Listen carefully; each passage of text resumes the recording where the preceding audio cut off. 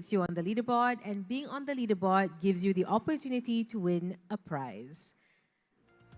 His keynote quiz will be open until the end of today. Today being the second and final day of the conference is when we will tally all scores and announce the winners for both the virtual and physical participants. As a reminder, the top 20 leaderboard for virtual participants will win a prize, and the top 3 for physical participants will win a prize.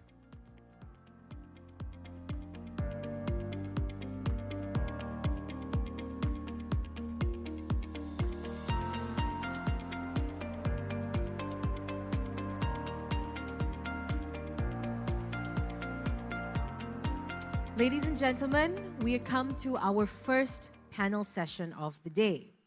As we have discussed demographics and high-level challenges and opportunities of an aging society, it is essential to center the voices of those most impacted by these changes, us, the people or the rakyat of Malaysia.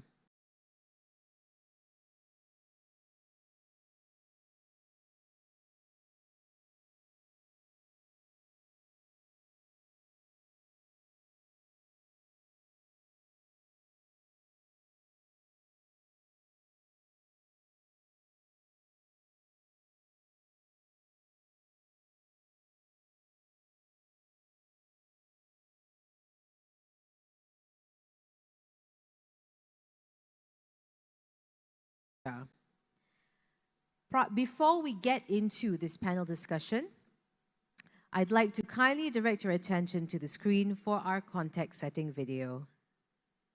Living longer changes everything. How we work, care, grow, and connect. But what do Malaysians really want in a future built for all generations? You don't need to have a hectic life, as I say, do something light and easy. You don't need to rush yourself, and at the same time with good health. A good life is when you have enough money and do what you like, especially go overseas and enjoy some good food and all. That's good life. Kalau tanya saya sekarang memang tidak. Adalah planning tu. Of course, kita semua ada planning, ada angan-angan. Mestilah kalau dah ada parents tu, of course kita nak balas jasa diorang.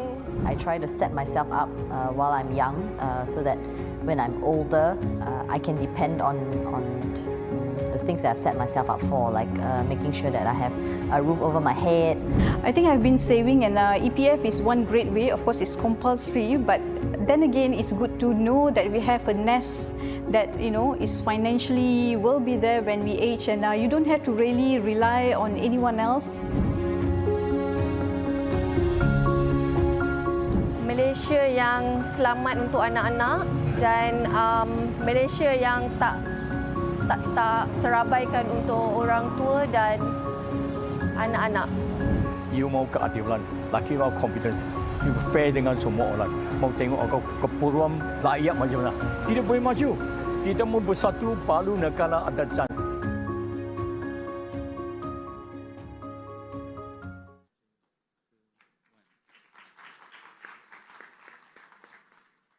We have brought together distinguished Malaysians from diverse backgrounds ranging from education to mountaineering and business to share their hopes, concerns, and lived experiences around aging, work, and family in a session titled Voices of Malaysians Building a Nation for All Generations.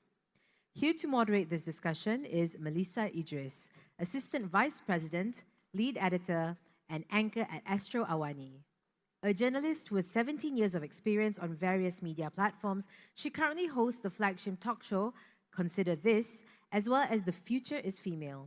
In 2017, she was a Wolfson Press Fellow at Cambridge University, one of the most prestigious fellowships in journalism, where she undertook research on post-truth and the spread of fake news and disinformation. Our 3 panelists are Mr. Loy Tuan Yee, the founder, managing director, and group chief executive officer of Farm Fresh Berhad, Malaysia's leading homegrown dairy brand. After a career in the food packaging industry, Mr. Lloyd transitioned to the dairy sector in 2010 with a mission to offer Malaysians a healthier, fresher alternative to highly processed milk products. Dato' M. Magendran is a prominent Malaysian mountaineer and distinguished educationist, best known for his historic feat as the first Malaysian to set foot on the summit of Mount Everest, the highest peak in the world. Last but not least, we have Alina Amir, co-founder of the Arus Academy, an education social enterprise driven by a decade of experience in empowering marginalized communities through equitable learning solutions. Her work bridges the gap between systemic challenges and grassroots impact. Once again, please give a warm round of applause to our panelists. Thank you to the MCs. And if I may just say that both of you were such rays of sunshine yesterday throughout day one. So thank you for that and for the kind introduction. Hello and assalamualaikum semua. Good morning. Thank you so much for spending day 2 of ISWC here with us today. Allow me to very quickly recap the introduction. My name is Melissa Idris. For those of you who haven't had the pleasure of meeting yet, I'm a broadcast journalist, anchor, and lead editor at Astro Awani News Network. I host a couple of shows. You can watch them tonight. One is on weeknights at 10 p.m. called Consider This. It's a news commentary policy setting talk show. And the other is called The Future is Female, where we center and make more visible the stories and voices of women. Although I have been thinking about changing the name to The Present is Female, because, come on, it is. All right. So before we dive in, I also want to say to the organizers, to EPF, how much I enjoyed the sessions yesterday at day 1 of ISWC. I really appreciated some of the sessions I thought were very thought-provoking, the diverse perspectives that came out yesterday, but also made me personally reconsider or rethink the way I've been viewing longevity, and not just from a financial and physical perspective, but also in terms of our social and emotional readiness. So thank you to EPF for putting together such a wonderful program. Completely honored to be moderating this session, the first panel session of the panel discussion of the day. So as the MCs mentioned, it's going to be titled The Voice of Malaysians, so Building a Nation for All Generations. Now, yesterday we had a lot of graphs, a lot of data to talk about what it means to be living to 100. But today, in this panel session of the next hour, we'll get a bit more personal. We'll look into what that really means, right? How is it that we want to live and live well across a lifespan of 100 years? And what kind of society do we want to build? When I say society, I mean community, policies, and workplaces that work for everyone from children all the way to centenarians. So we've got about 60 minutes for this panel discussion. We'll begin with a 45-minute conversation with me and the panelists, but then I also want to open the floor to your questions and your comments. And I see that this is a very engaged and participatory audience. I think a lot of you sent in questions earlier, but you put them as anonymous. So please write your name down so I can give you due credit. If not, I will churi your idea and claim credit for your brilliant question myself. So there you go. All right, so let's get things started. I'm going to begin with Alina because you're right next to me. Let's start broad. And when we think about the idea of a 100-year life, what does living well mean to you? When you define what a good, well-lived, living well life is? Thank you, Melissa. Thank you so much, everybody, for having me here today. As I was thinking about the invitation, when I got the invitation to speak at this event, I was thinking about, as a teacher, you know, living to 100 is a big responsibility for yourself and others. It's not it's a gift as well as a responsibility. And I was thinking about my experience as a teacher and how this might change the way I teach. I taught sejarah Form 1, Form 2, Form 3 in a sekolah menengah kebangsaan a couple years back. And my first experience meeting with students at that time, they told me, you know, why should I learn sejarah? And because at that point also, when the school found out that I could converse in English, they also made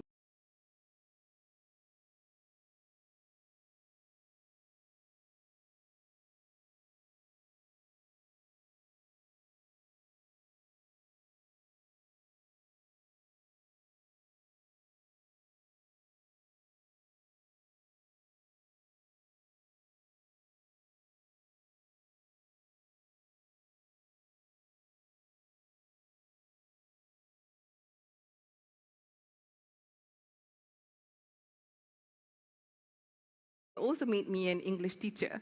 And again, they're like, kenapa, why should I learn English? And the comment that they gave me is, bukan boleh bawa masuk kubur. And the thing is, this is my favorite kind of students. My favorite kind of students, because then I have this responsibility of giving them meaning to why they need to learn what they have to learn in school. Beyond academic achievements, if they don't see value in academic achievements, at least they have a sense of purpose. And I think to live to 100 well is to really find that purpose. And I have that responsibility as a teacher, as an educator, to help students to find that sense of purpose for the long run, because young people might want to say, I want to live forever. Life is short.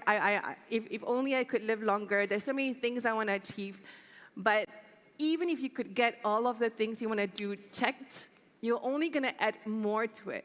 So as you add more things to do in your life, you must have a sense of purpose. And I think to live well to 100 is to have that purpose. Mr. Loy, what does it mean to live well to 100 for you? Good morning, everyone. Thank you for having me here this morning. Now, I think being a businessman, as well as the food, dairy manufacturing, right, dairy product, I think for me, to live well up to 100 years old, I think health is very, very important. And in this context, I think starting young, how a kid's been raised, that they have all these nutrition requirements and all these other things to begin with. You have to grow up healthy, right? And that forms a very important foundation of how do you age, in terms of, having problem with obesity, the diabetes, like what Dr. Jomo, Professor Jomo was echoing just now. So all these have become a big, big problem. So I think for me, if you were to live up to a very rival 100 years old, you want to live in such a way that, you are healthy, as well as you are not a liability to your kids and the surrounding people, in a way that you look after yourself, not become a burden, and that can be really done if you are actually healthy and active as well, yeah. Okay, so we have finding your purpose, we have living healthily, and Dato' Meg, what about you? How do you see living well to 100 looking like? Right, a very good morning, selamat pagi, salam sejahtera. I see it as a maintenance of positive interaction, maintaining positive interaction, meaningful relationship with others, especially family members, friends, colleagues, communities, at all stages, understanding and respecting one's a cultural and personal,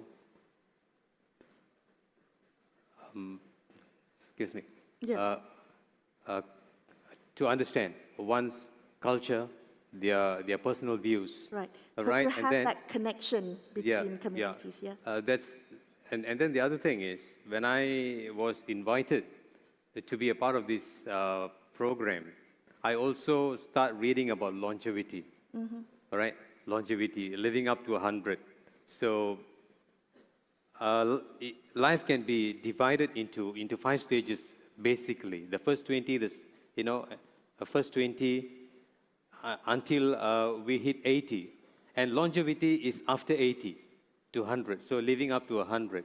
So It is about being physically and mentally healthy at all stages, to connect with everybody at all stages and living well. That's what I think it is. Wonderful. Yeah. Okay, so I think you covered all aspects of kind of human life. Mr. Loy, I know Prof. Jomo mentioned in his presentation a bit earlier, talking about nutrition and living healthily. He mentioned chocolate milk, which I want you as the co-founder of Farm Fresh to address later, but we'll get to that. I do want to pick up a point that Dato' Meg mentioned, and I'm going to pose this question to Alina. Dato' Meg mentioned the importance of building that social interaction, social connection, and you work with young people. So I want to explore or unpack this a little bit, whether or not the younger generation, are they struggling to connect socially, emotionally, meaningfully? Is there a generational epidemic, a loneliness epidemic, if I may ask you? What do you think? There has been a lot of study and research on loneliness epidemic, in loneliness becoming an epidemic, and the effect of loneliness on your health. So when I work with young students, I work with parents, I work with teachers, even though our children feel like they're connected to other people, but we need to understand the level of connection.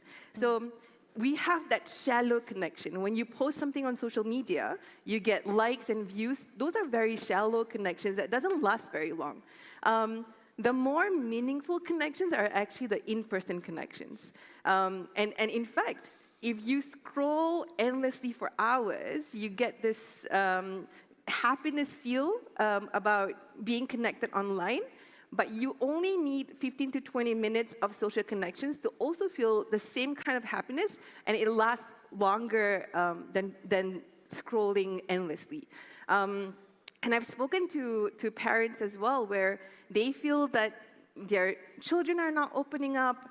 Teachers are telling me that students do not know how to socialize anymore, only because the way they socialize is virtually. So if you are to bring back meaningful social connections, we have to bring back meaningful face-to-face social connections. And if we were to talk about a balanced, healthy diet, you would recognize the pyramid, right? At the bottom is the vegetables. Think about your social connections pyramid. At the very bottom has to be that interaction. At the top is the least engagement is actually your social media engagement. So if you want to have a balanced social connection diet, you have to also know what you're consuming on a daily basis. Is it meaningful or is it shallow? The shallow ones you want to reduce, right. And then the meaningful ones you want to increase. That's a fantastic visual representation. We know of the kind of nutritional pyramid, but then we don't think about our social media diet. Great way to lay it out. And a note, if you're scrolling mindlessly on your phone, to maybe put it aside and then make meaningful connections during the networking break, the coffee break we have later.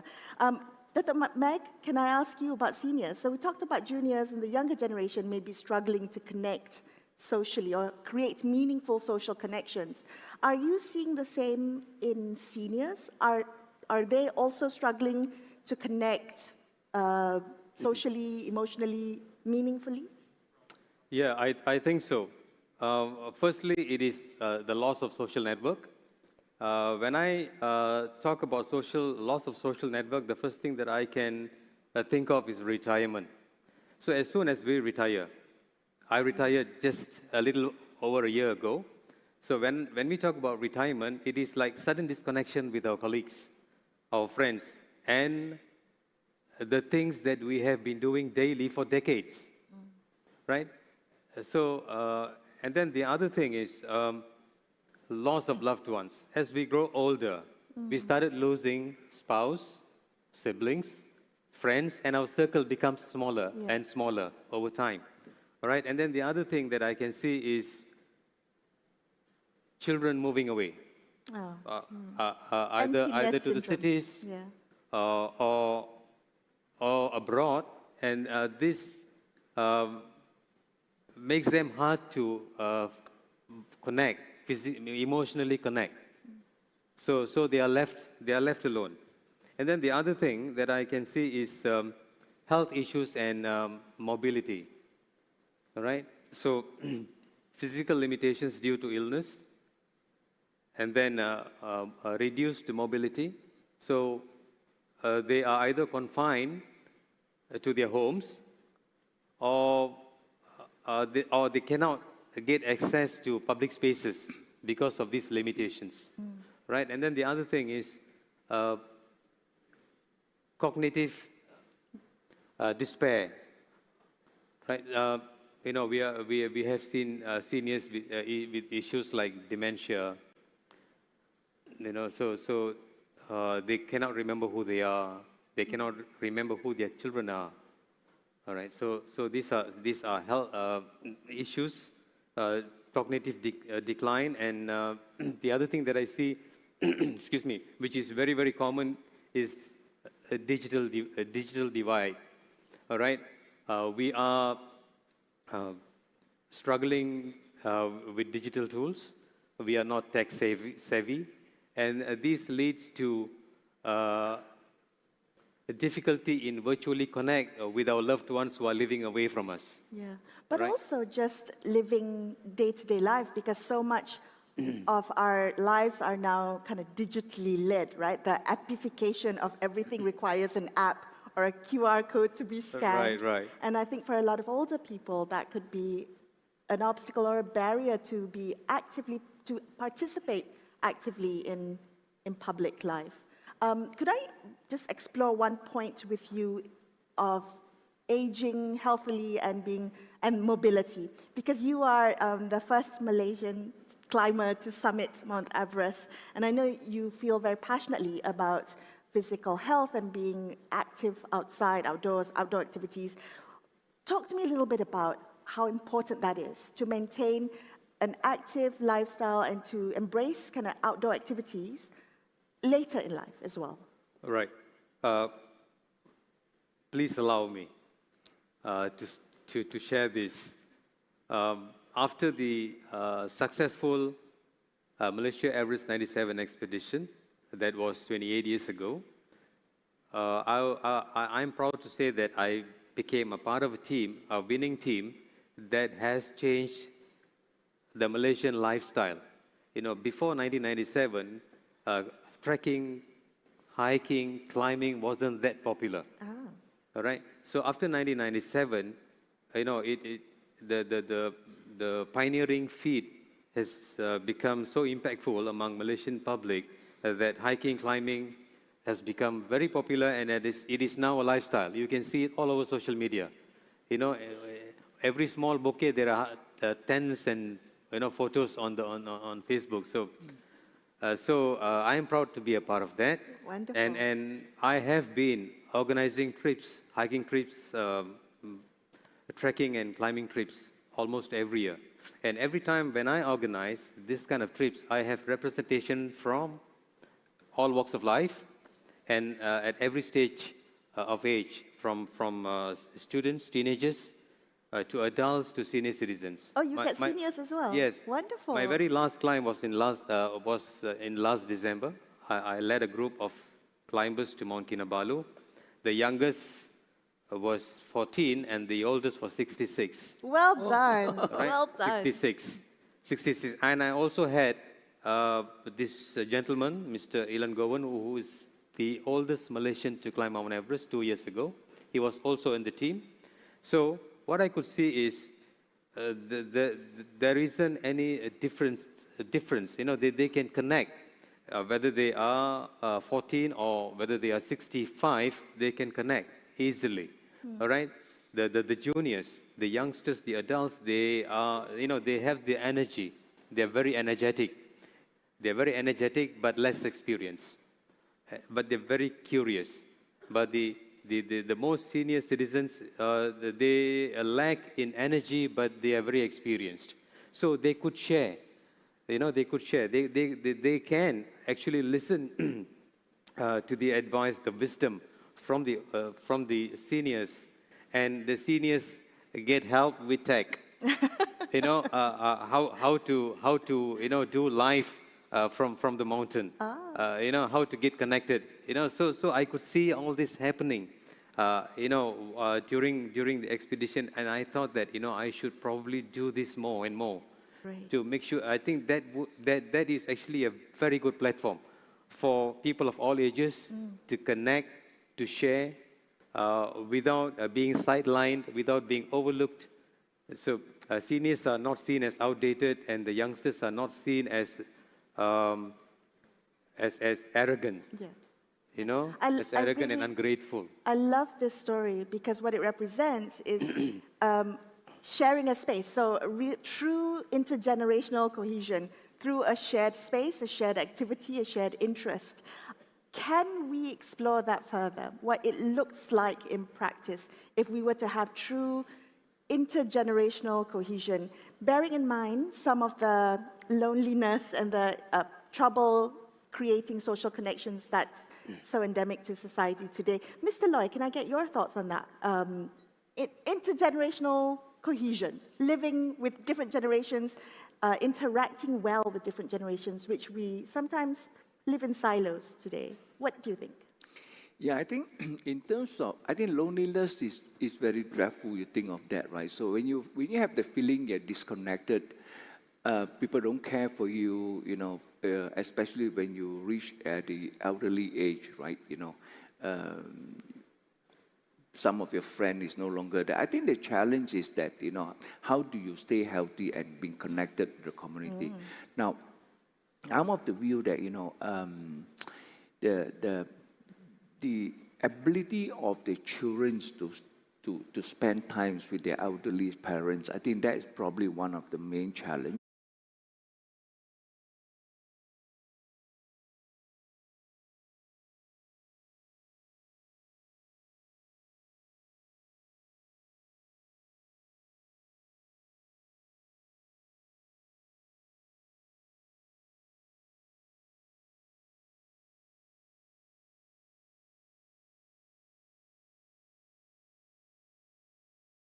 Because as life, it's very pressurized, a lot of pressure. Living sometimes can be very, very hard as well.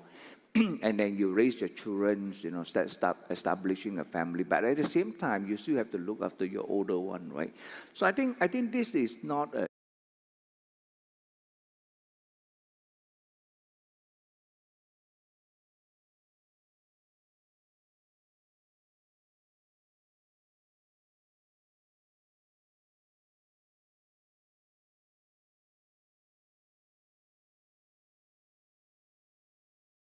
easy task that, especially if you are struggling, right, and then consequently you felt that the older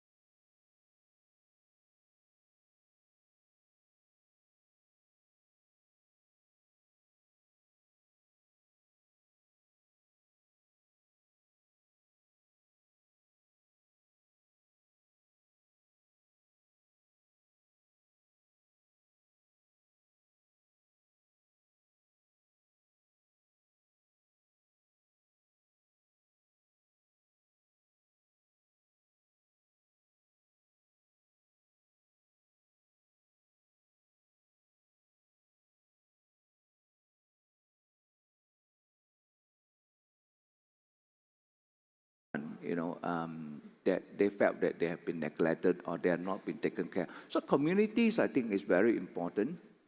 Like my parents or my dad, back in Kampong, right?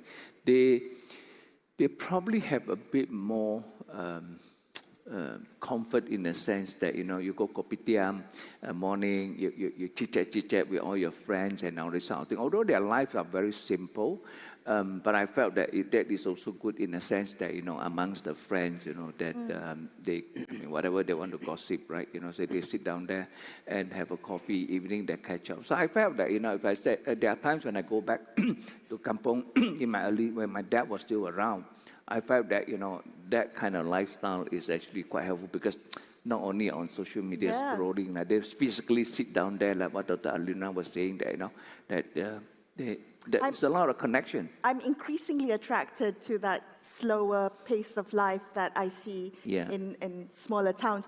But drawing on what Dr. Meg said about how as we get older, children move away and then they don't have time to spend with their parents, and their parents maybe are living alone, growing old together in their small hometown. Let's look at that.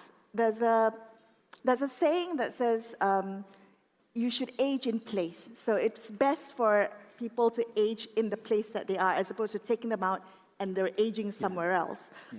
But as young people migrate to cities for jobs and the like, older generations get left behind in kampungs.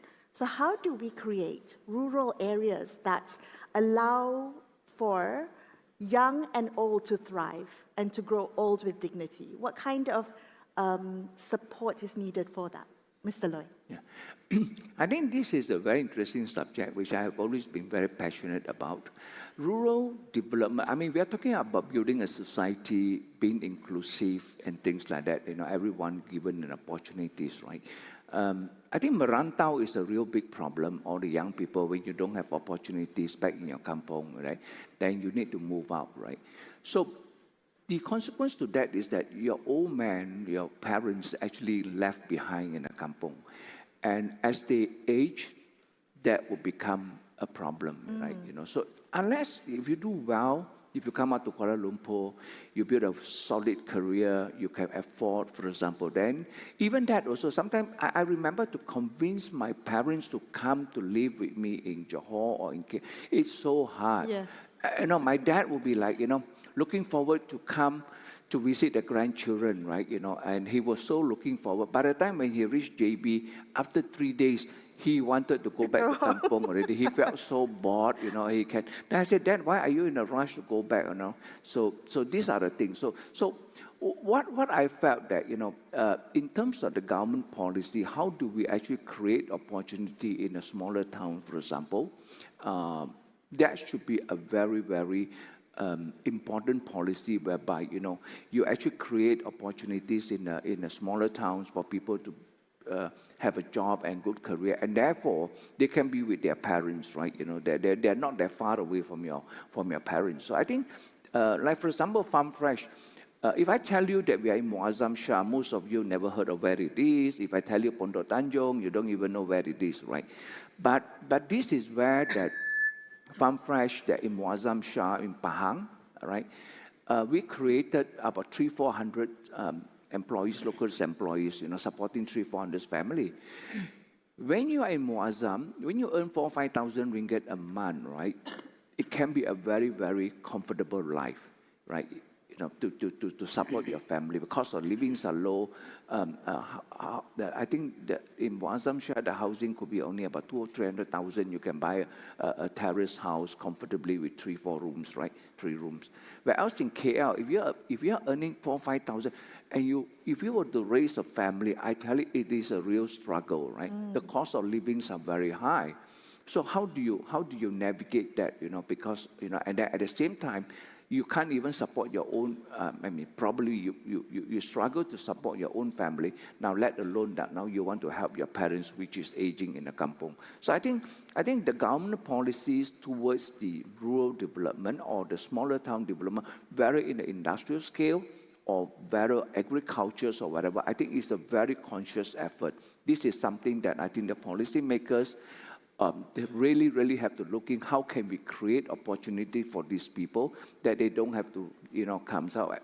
Agriculture can be a very great business as well if you are in a kampong, for example. So it is also very, very rewarding if it does well, right? So I think it's a question of how to connect the dots to give the opportunity to the rural people or the smaller town. Yeah. Okay. So having kind of economic opportunities might keep children with their parents as they not age that far together. away. Not right? that far away. Alina, could I ask you, what do you think it will take to keep young people in their hometowns? Migration and urbanization is so part of our lives. I myself left home, Penang, by the way, any Penang folks, left home to study, and ended up working because that's where all the job opportunities are. Do you see that also happening with the younger generation, continuing this trend of migration to urban areas? So I first taught in Bukit Mentajam. So I was sent to Penang to teach in Bukit Mentajam. And in Bukit Mentajam, at the time I was teaching, there were a lot of tech factories there. And a lot of my students, their ambition was to be a factory worker. But I also saw a lot of potential in our students growing up to be creators, people who are creating the technology, people who are the engineers behind the new technology.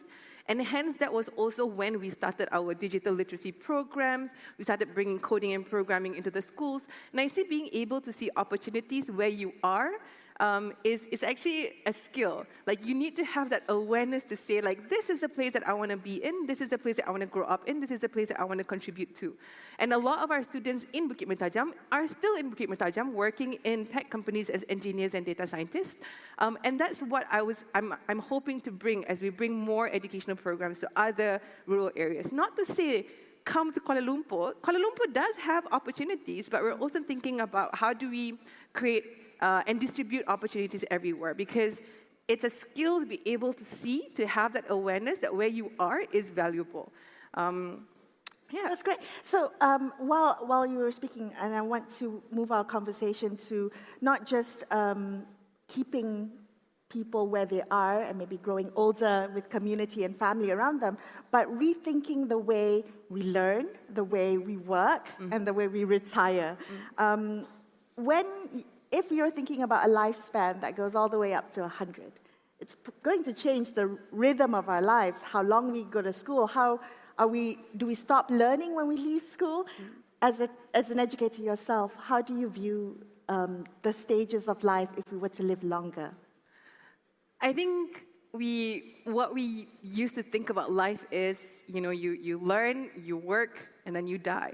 Oh dear. And I think the way we want to when do we play and rest and leisure? Exactly. So the way we want to rethink life is that learning is all throughout, from the beginning, from day one all the way to the end. Like, you want to be excited about wanting to learn. Something that I always share this story with my team. I said, and I'm not sure whether you know this story about, there's this story about a scholar who goes to a Zen master and said, Zen master, what's the difference between before enlightenment and after enlightenment? And the Zen master says, before enlightenment, chop wood, carry water. After enlightenment, chop wood, carry water. So just because you're enlightened doesn't mean your checklist disappears, doesn't mean the problem in the world disappears, but now you have a purpose in life and you want to carry on. So don't stop looking for enlightenment. Even though you still have to change your baby's diapers, you still have to go to work, you still have to meet that KPI, but now it's with a spring to your feet, and you now have a purpose to want to live to 100. Now imagine living to 100, not knowing why you want to live to 100. I remember my youngest brother who told me, Lina, you're too intense, live fast, die young. And I'm like, I'm going to an event that says, we're going to get ready to live to 100. Live fast, die young. Okay. That is intense. Yeah. And I think you want to, if I do want to live to 100, it has to be with a sense of purpose and power. Live fast, die young is often the privilege of youth, when you don't have to worry about the future. When you work with young people, do they worry enough or think about getting older? I mean, that's the blessing of being young. You think you're immortal and your skin will look this way forever. But are they preparing for older life, not just in terms of knowledge, but also financial literacy and just preparing to get older, grow older, live longer? I don't think they're thinking, nor are we thinking about how difficult aging is, right? And how much planning aging requires. Amen to that. And when you're young, you're not thinking about this. You're thinking about tomorrow, and you're thinking about next month maybe. And even if I were to tell you you got 30 years left, you start creating a bucket list of wanting to visit 40 countries, jump out of the aeroplane or something like that. But why? Why would you want to do that? And I think there isn't enough pauses in our life to really think about why we do what we want to do. There isn't enough pauses in our life to think about, okay, if I have got 30 more years, how do I contribute? How do I use my intellect and my abilities to make this world a better place? And that requires empathy, that requires really a lot of self-awareness to want to live to 100. Yeah, I'm going to rethink my bucket list after this. Thank you for that. Mr. Loy, how are you rethinking the rhythm of the life cycle if the life cycle is getting longer? Do you still think about work and retirement the same way? I know every time when I chat with some friends or saying that I'm planning to retire at some point of life, they say, "You sure you can retire?" And if you retire, you die faster. You know that. So a lot of these kind of things that they felt that you're off the rhythms of your daily activities, and then suddenly when you retire, you feel that you got nothing to do. You're disconnected from the world, and they say that in that case you actually worse off. So maybe there's some truth to that. Now I think for me, to retire gracefully and healthily, right? I think financial securities are very, very important, right? So this is where, as I say, life sometimes can be very hard, and if you expect your children to support you, and if they don't, not everybody have the privilege that that their children does well and they are well looked after. But in the case that if it is not, then what? So I think your own career path, as you wanted to progress your own career, how do you build up the saving? How should you build up your own connection with the friends and around? And where will be the settlement? I think this is very important. I've seen a lot of kampung folks that that farming can be a very, very good career if it does well. For example, that there are many area of agriculture that you can do. Free-range chicken, there's so many people wanted those kind of product, but you cannot find a good produce any fruit productions. And for example, right, that you are able to produce something that in the rural area, supply down. If you build that kind of agri or even aquaculture, for example, you still can make a very good living, and a lot of sun keep you healthy. Yes, a lot of outdoors, activities in the farm, fresh air and things like that. I feel that that there are many career paths that you can choose. Not everyone want to be IT and bankers, right? There will be other works that you can actually choose, and the best part is that possibly you are closer to your old folks, and then lives are a lot more slower paced, not so intense, not so competitive, for example. So I think it depends on every individual. How do you look at your own, how do you want to age? Yeah, fantastic. And no offense to the IT and bank professionals in the room. Dato' Meg, I'm sure this must be resonating with you because you love the outdoors, you love to spend time being active outside. You recently retired. Congratulations. How are you rethinking retirement and the nature of work beyond the formal labels of what a job is? Right. So we should rethink, right, from the typical learning in the first 20 years, working in the next 35 to 40 years, and retiring in the next 20 years and don't know what to do after that. Right. So I just want to share with you two instances. All right. First, I was on a working trip to Cuba some time ago. So when I landed in Havana and checked out, I was received by this elderly woman, right? So as we were driving to the hotel, I casually asked how old she was. And she casually told me that she was nearing 70 at the time. I said, when do you retire? Here in Cuba, we don't retire, right? We work for as long as we can. And we will stop working when we feel like stop working. Oh, lovely. All right, so that was in Cuba.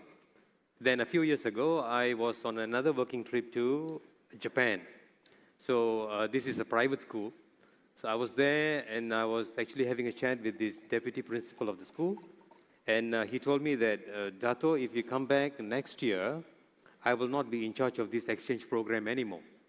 I asked why, because I'm retiring at the end of this year. I said, but I'll still be here. I'll still be here. You said you are retiring this year. Yeah, we retire this year, but we have 3 years, like soft landing. So they retire. So he said that he will retire as the deputy principal of the school, but he will go back as a teacher, as a mentor, as a coach to the younger teachers. And he will continue teaching, coaching for the next 3 years. Yes. All right? And then he will retire gracefully. So a gradual retirement, a phased Yes. retirement. And that is a great story because that also highlights mentorship and guidance, which is the wealth of knowledge from older people who it doesn't disappear at 60. So That's right. wonderful So story. they are not seen as irrelevant anymore.